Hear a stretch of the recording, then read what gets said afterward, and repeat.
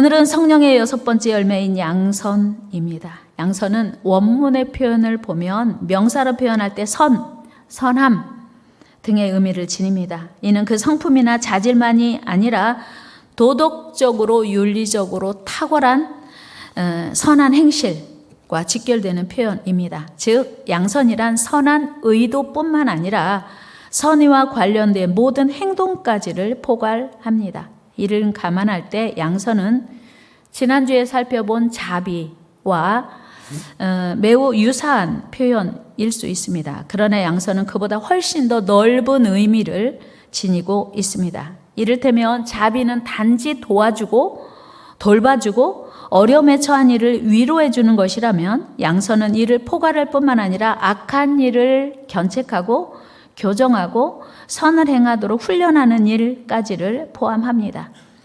우리 하나님께서는 일찍이 이스라엘 백성들에게 이웃을 사랑하라, 이웃을 섬겨라 가르쳐 주셨습니다. 우리 레위기 19장 말씀 읽습니다. 9절 10절 시작. 너희가 너희의 땅에서 곡식을 거둘 때에 너는 밭 모퉁이까지 다 거두지 말고 내 떨어진 이삭도 줍지 말며 내 포도원의 열매를 다 따지 말며 내 포도원에 떨어진 열매도 줍지 말고 가난한 사람과 거류민을 위하여 버려두라. 나는 너희 하나님 여호와이니라. 반 모퉁이를 다 베지 않으면 이삭이 떨어진 거를 주어도 사실 상당한 수익이 되죠. 그런데 일부러 남겨두래요. 포도나무의 열매를 다 따지 말고 남겨두래요. 가난한 자들 그리고 나그네들을 배려하는 사람이 되라는 거예요. 나 여호와 너희 하나님의 말씀이니라 분명히 하나님께서 명령하고 있습니다. 이 말씀 들으면 하나님은 가난한 자의 편이신가? 하나님은 가난한 자만 사랑하시나?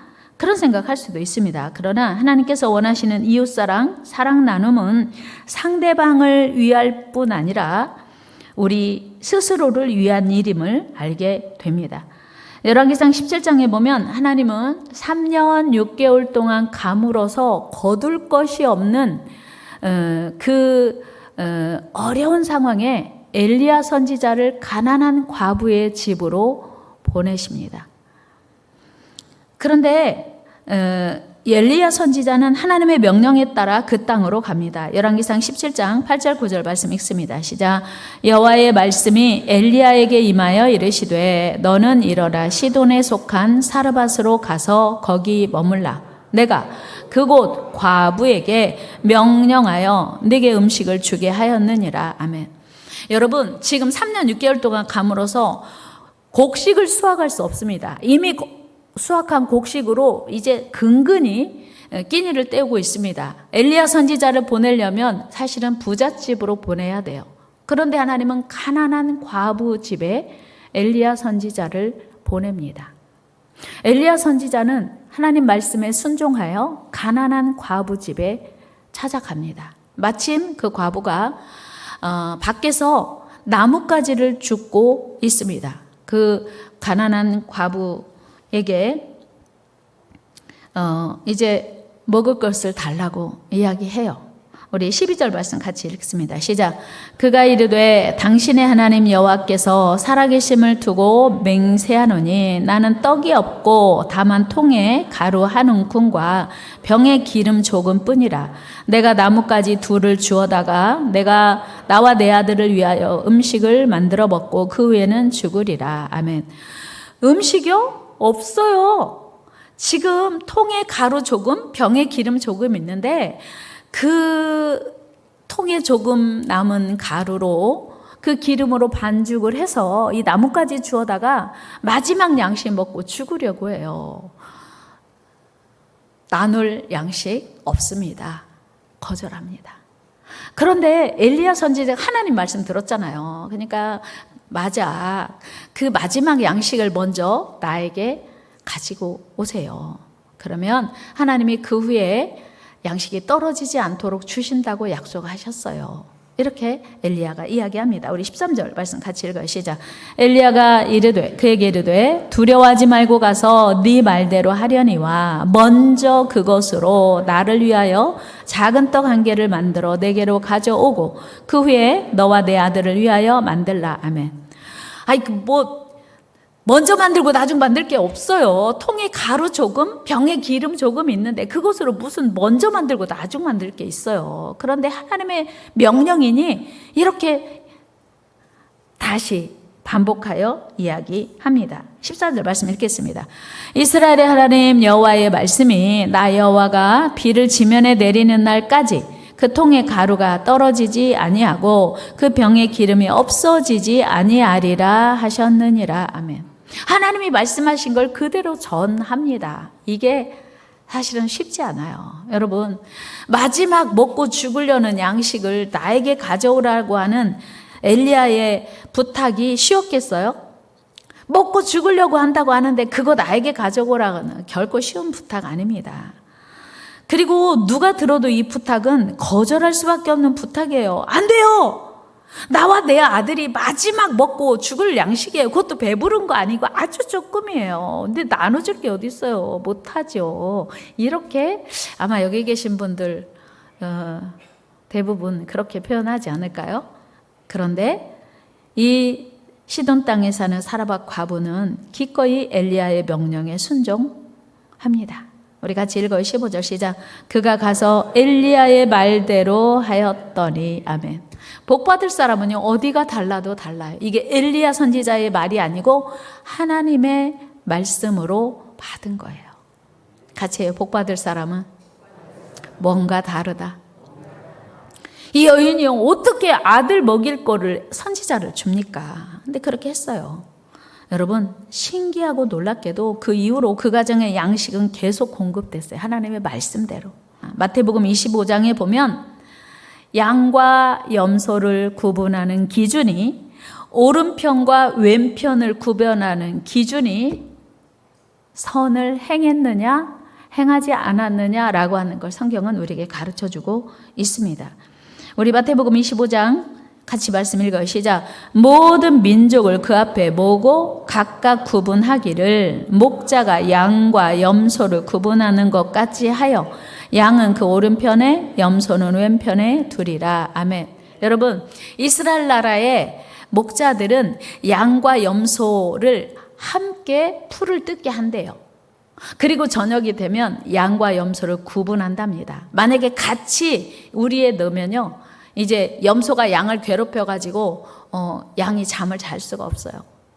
염소는 들이받고 괴롭히고 분리하는 속성이 있기 때문이에요. 그래서 낮에는 풀을 뜯을 때는 같이 모아서 한데 풀을 뜯지만 밤에는 반드시 구별한대요. 여러분, 주님이 우리를 구별하시는 날 양의 편에 속하기를 축복합니다. 오른편에 속하기를 축복합니다. 낮에는 잘 몰라요. 예수님이 제자들과 함께 길을 가실 때도 곡식밭에 가라지가 난 걸 보셨어요. 제자들이 가라지를 뽑을까요? 아니야. 가라지 뽑으려다 곡식까지 뽑을까 염려하노라. 그만두어라. 추수 때가 되면 저절로 가려진다 그래요. 여러분, 이런 말씀 드리면 죄송하지만 혹시 눈 뜨세요. 여러분 중에 염소는 없을까요? 낮에는 좋을 때는 평안할 때는 양과 염소가 같이 풀을 뜯어요. 구분할 수 없어요. 구분할 필요도 없어요. 그런데 마지막 날에는 양과 염소를 반드시 구분한다고 하는 거예요. 오른쪽과 왼쪽을 반드시 구분한다고 하는 거예요. 그래서 양은 영원한 하나님의 나라에, 염소는 영원한 불에 들어간다고 분명히 말씀하고 있습니다. 그런데 오늘 여러분들이 나는 염소는 혹시 아닐까? 나는 양은 아닐까? 이렇게 구분하는 기준이 무엇인지를 잘 들어야 돼요. 그 기준이 놀랍게도 양선, 선을 추구하고 하나님 말씀대로 사랑을 나누었는가 그렇지 않았는가에 따라 분류된다고 하는 것입니다. 34절 한번 말씀 읽어볼까요? 시작. 그때 임금이 그 오른편에 있는 자들에게 이르시되 내 아버지께 복받을 자들이여 나와 창세로부터 너희를 위하여 예비된 나라를 상속받으라. 아멘. 분명히 오른편에 있는 자들에게 하나님께서 예비한 영원한 나라를 상속받으라고 하세요. 그럼 어떤 자들이 오른편에 속했을까요? 그것은 가난하고 굶주리고 헐벗고 병들고 소외된 자들에게 다가가 사랑을 베푼 것이었어요. 우리 35절 36절 읽습니다. 시작. 내가 줄일 때 너희가 먹을 것을 주었고 목마를 때 마시게 하였고 나그네 되었을 때 영접하였고 헐벗었을 때 옷을 입혔고 병들었을 때 돌보았고 옥에 갇혔을 때 와서 돌보았느니라. 오른편에 속한 자들에게 주님이 하시는 말씀이에요. 네가 나를 돌보았어. 내가 헐벗고 굶주리고 병들었을 때 옥에 갇혔을 때 목말랐을 때 먹였어, 입혔어, 물 주었어. 그리고 돌아보았지. 여러분, 그런데 그들은요 결코 자신들의 선행을 기억하지도 못했습니다. 더구나 하나님께 한 것은 더더욱 아니라고 말했어요. 그들에게 한 것이 나에게 한 것이야. 그래서 너는 오른편이야 그랬는데 하나님 저는 언제 제가 주님에게 했어요? 저 한 적 없어요. 그렇게 기억도 하지 못했습니다. 그때 주님이 뭐라고 말씀하셨어요? 40절 같이 읽어요. 시작. 임금이 대답하여 이르시되 내가 진실로 너에게 이르노니 너희가 여기 내 형제 중에 지극히 작은 자 하나에게 한 것이 곧 내게 한 것이니라 하시고 아멘. 그러니까 다른 사람이 눈길도 주지 않는 정말 하찮게 여기고 무시하고 외면하고 소외된 그런 사람들을 사랑하고 돌보는 것이 주님께 한 거라고 말씀하시는 거예요. 여러분 정말 아무도 관심 갖지 않는 사람들을 사랑하고 섬기는 은혜가 있기를 축복합니다. 그런데 반대로 왼편에 있는 자들 있었습니다. 그들 역시 자신도 모르는 사이에 가난하고 굶주리고 소외된 자를 외면한 거예요. 하나님 말씀을 불순종한 것입니다. 그들의 결과는 무엇이었습니까? 영원한 불못이었습니다. 41절 말씀 읽어요. 시작. 또 왼편에 있는 자들에게 이르시되 저주를 받은 자들아 나를 떠나 마귀와 그 사자들을 위하여 예비된 영원한 불에 들어가라. 왼편에 있는 자들도 영문을 몰랐어요. 왜요? 왜 우리가 왼편이에요? 왜 영원한 불에 들어가야 돼요? 그때 예수님께서 말씀하셨어요. 42절 43절입니다. 시작. 내가 줄일 때 너희가 먹을 것을 주지 아니하였고 목마를 때 마시게 하지 아니하였고 나그네 되었을 때 영접하지 아니하였고 헐벗었을 때 옷 입히지 아니하였고 병들었을 때와 옥에 갇혔을 때 돌보지 아니하였느니라 하시니. 그러니까 주님께 한 게 아니고 가난하고 헐벗고 굶주리고 소외된 자들, 옥에 갇힌 자들을 돌보지 않는 것이 영원한 불에 들어가는 기준이었다고 하는 거예요. 그럴 때 이 사람들이 뭐라고 했어요? 언제 주님이 우리에게 오셨으며 언제 우리가 주님을 박대했습니까? 우리 한 적 없습니다. 똑같이 여기 있는데 형제 중에 지극히 작은 자에게 하지 않은 것이 내게 하지 아니한 거다. 이렇게 말씀하시면서 그들은 영벌에 처하게 되었다는 것입니다. 46절 말씀 읽어요. 시작. 그들은 영벌에 의인들은 영생에 들어가리라 하시니라. 아멘. 보세요. 여러분 우리가 낮에는 평범할 때는 젊었을 때는 건강할 때는 양인지 염소인지 구별할 필요가 없어요. 양으로 사는지 염소로 사는지 신경 쓸 필요 없어요. 그런데 마지막 날 주님이 우리를 분류하시는 날 저녁이 되면 양과 염소는 엄연하게 구분하시더라고 하는 거예요. 우리가 이렇게 같이 신앙생활 하지만 말씀대로 살아야 할 이유입니다. 여러분 하나님께서 이웃을 사랑하고 섬기라고 하는 말씀까지 지켜야 경건이다. 그리고 이것이 하나님께 복받을 일이라 하는 것을 야고보사도는 또 말합니다. 25절 읽어요. 시작. 자롭게 하는 온전한 율법을 들여다보고 있는 자는 듣고 잊어버리는 자가 아니요 실천하는 자니 이 사람은 그 행하는 일에 복을 받으리라. 누가 복을 받아요? 뭐 하는 사람이? 행하는 사람이, 실천하는 사람이 복을 받는데요. 듣고 잊어버리는 자가 아니고 듣고 실천하는 사람이 복을 받는다는 거예요. 여러분, 듣고 행하는 은혜가 있기를 축복합니다. 여러분은 오늘 우리에게 주시는 말씀인 양선을 얼마나 지키고 있습니까? 얼마나 순종하고 있습니까? 우리는 하나님의 말씀을 듣기만 하고 잊어버리지는 않는데 행하지는 않고 있지는 않습니까? 그러면 그거는 하나님의 말씀을 지키는 복받을 자의 모습이 아니라고 하는 거예요. 하나님은 우리가 하나님의 말씀을 듣고 알기만 하는 것이 아니라 지켜 행할 때 하나님의 은혜와 축복을 주신다고 약속하십니다. 여러분, 우리 모두 하나님 말씀대로 선을 추구하는 은혜가 있기를 축복합니다. 우리는 보통 우리 사랑합시다, 나눕시다 그러면요, 나도 부족한데요, 나 쓰기도 부족해요, 나 쓰기도 모자라요, 오늘 어떻게 나눠요, 이렇게 이야기를 해요. 그러나 하나님은 우리의 형편과 상관없이 나누라고 명령하세요. 왜요? 하나님 우리를 사랑하셔서, 하나님 우리를 축복하시려고, 하나님이 우리를 책임지시기 위해서 명령을 하시는 거예요. 룻기서에 보면요, 보아스라고 하는 사람이 나와요. 보아스는요, 그 지역에서 유력한 사람이었고요, 부족함이 없는 사람이었어요. 그런데 이 보아스가 하나님 말씀을 기억하고 있었어요. 그래서 가난한 이방 소녀 룻에게 관심이 있었어요. 우리 룻기서 2장 5절 말씀 읽어요. 시작. 보아스가 베는 자들을 거드린 사헌에게 이르되 이는 누구의 소녀냐 하니. 여러분, 지금 우리나라에도 결혼 이민자가 참 많아요. 외국인 결혼 이민자도 많고, 유학생들이 또 아르바이트를 하면서 이제 또 그 삶을 유지하는. 그래서 우리가 식당에 가거나 또는 뭐 어디를 가도 외국인 그 이민자를 쉽게 알아볼 수 있잖아요. 우리나라 사람인가 아닌가? 이거를 잘 분별하지 못하는 거 아니죠? 보아스도 지금 모압 여인 룻을 한눈에 알아봤어요. 얘 누구야?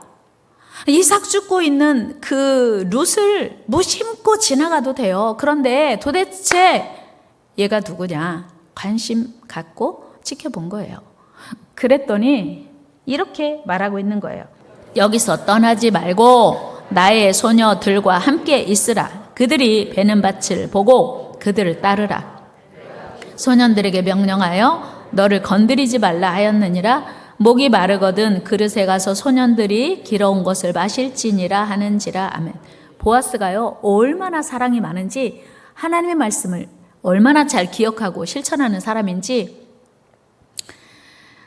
사원들에게도 얘를 잘 지켜줘라. 외국에서 온 가난한 과부야. 홀시어머니를 모시고 사는 가난한 과부인데 다른 밭에 가지 말고 우리 밭에서 이삭을 줍도록 해라고 배려해요. 여러분, 다른 밭에 못 가게 하고 우리 밭에서만 이삭을 주우라고 하면 손해지 않겠어요? 보아스에게는? 이제 이삭을 주울 것이 없으면 어떻게 해야 돼요? 자기가 거두어야 할 것까지 주어야 할 상황이에요. 그리고 다른 밭에 가지 말라고 하는 건 다른 밭, 이 밭, 저 밭 다니다가 눈치 보거나 혹시나 폭행을 당하거나 힘이 없으니까 자기 그 사환들에게 이 소녀를 잘 돌보아주고 목마를 때는 물도 주라고 배려한 거예요. 보아스는 믿음의 사람이었어요. 이걸로도 사실은 보아스는 충분했습니다. 보아스는 하나님의 뜻을 알고 행하는 믿음의 사람이었거든요. 11절 12절 말씀 읽어요. 시작. 보아스가 네 남편이 죽은 후로 네가 시어머니에게 행한 모든 것과 네 부모와 고국을 떠나 전에 알지 못하던 백성에게로 온 일이 내게 분명히 알려졌느니라. 여호와께서 네가 행한 일에 보답하시기를 원하며 이스라엘의 하나님 여호와께서 그의 날개 아래 보호를 받으러 온 네게 온전한 상 주시기를 원하노라 하는지라. 그러니까 지금 보아스가 그 룻에 대한 이야기를 잘 들었고 그 사정이 너무 딱해요. 그래서 야, 너 참 기특하구나. 너 홀시어머니 모시느라고 이렇게 외국의 어머니 따라왔는데 그 일을 하나님이 기뻐하시고 너를 복 주실 거야. 그러면서 위로하는 거예요. 그리고 아들이 없는 룻에게 보아스는 기꺼이 기업 물을 자가 되어주기로 했습니다. 당시에 아들을 낳지 못하고 남편이 죽으면 대를 이을 그 아들이 필요해요. 그런데 형제 중에서 없으면 가까운 친족 중에서 대를 이어서 이 아들 없이 그 여인이 혼자 살아가지 않도록, 그래서 그 가문이 없어지지 않도록 기업을 무르게 하거든요. 보아스가 기꺼이, 보아스는 자기 이미 가정이 있음에도 불구하고 룻을 위해서 기꺼이 대를 이어서 기업 물을 자가 되기로 작정합니다. 여러분, 그러니까 보아스는 하나님의 말씀에 입각해서 어떻게 이 어린 룻을, 불쌍한 룻을 도와줄까를 생각했어요. 오직 믿음으로 하나님의 말씀에 순종한 보아스에게 하나님이 어마어마한 복을 주셨어요. 너무나 놀랍게도 그가 전혀 계획하지도 않고 꿈꾸지도 않고 생각지도 않은 복을 주셨습니다. 그가 룻을 통해서 아들을 하나 얻었는데요. 그 아들이 누구냐면 다윗의 아버지 이새의 아버지 오벳을 낳아요. 그러니까 다윗의 할아버지인 오벳을 낳게 됩니다. 여러분, 다윗이 누구예요? 이스라엘의 가장 영광스러운 왕이 다윗입니다. 여호수아를 통해서도 정복하지 못했던, 사울왕을 통해서도 정복하지 못했던 가나안 땅을 완전히 정복한 왕이 다윗이에요. 그래서 이스라엘 백성들이 지금도 다윗을 자랑스럽게 여깁니다. 이스라엘 국기에 다윗의 별이 새겨져 있는 이유도 그것입니다.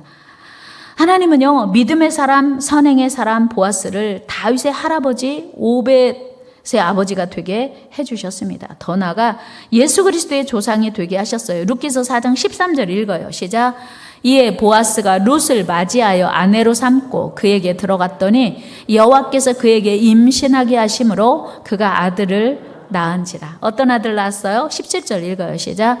그의 이웃 여인들이 그에게 이름을 지어주되 나오미에게 아들이 태어났다 하여 그의 이름인 오벳이라 하였는데 그는 다윗의 아버지인 이새의 아버지였더라. 아멘.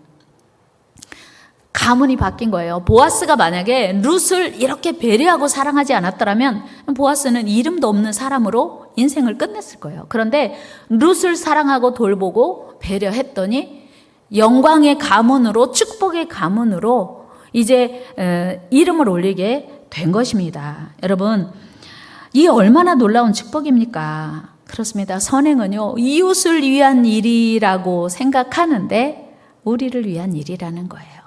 같이 해요. 선행은, 양선은 이웃을 위한 일이 아니라 나를 위한 일이요, 우리 모두를 위한 일이다. 그렇습니다. 우리 모두를 위한 일이에요. 아니, 나 자신을 위한 일입니다. 작은 선행도 결국은 나를 위한 일이에요. 그래서 전도서 11장 1절에 보면 너는 물 위에 떡을 던지라. 여러 날 후에 도로 그것을 건지리니. 여러분, 흘러가는 물 위에 떡을 던지면 어떻게 내가 그걸 다시 건지겠어요? 그런데 그것이 떠내려 가다가 누군가에게 힘이 되어 그 사람이 결국은 나를 또 도울 수 있는 그런 선순환이 된다고 하는 것입니다. 여러분, 이것이 우리를 축복하기 위한 하나님의 방법이라는 거예요. 가까운 사람들에게 더 사랑을 베풀어야 됩니다. 자비는, 양선은 하나님이 원하시는 가까운 곳에서부터 시작해야 돼요. 같이 하여 가까운 곳에서부터 사랑합시다. 여러분, 남편이나 아내, 부모님과 자녀, 그리고 성도끼리, 이웃끼리 모두 행복해지는 비결이에요. 사도 바울이 갈라디아서 6장에서 그런 말씀했어요. 너희는 모든 이들에게 착한 일을 하되 더욱 믿음의 가정들에게 할지니라. 그리고 선을 행하다 낙심하지 말라고 말씀하십니다. 여러분, 마더 데레사는 이런 이야기 했습니다. 멀리 있는 사람들을 사랑하는 것은 오히려 쉽다. 그러나 우리에게 가까이 있는 사람들을 항상 사랑하기는 쉽지 않다. 가장 가까운 가정과 이웃에서부터 사랑을 실천해야 한다. 이곳이야말로 서로를 위한 사랑이 시작되는 곳이다. 여러분, 북한에 숨어서 예수 믿는 사람들을 여러분 생각하면 가슴이 아프지요? 가까운 곳에서 예수 믿지 않는 사람들을 생각하면 가슴이 아프십니까? 먼 곳에 있는 사람 사랑하기가 훨씬 쉽대요. 그리고 나와 이해관계가 없는 사람을 사랑하는 게 훨씬 쉽대요. 여러분, 가까운 곳에 있는 성도끼리, 이웃끼리, 가족끼리 더욱 사랑하고 섬기는 은혜가 있기를 주의 이름으로 축원합니다.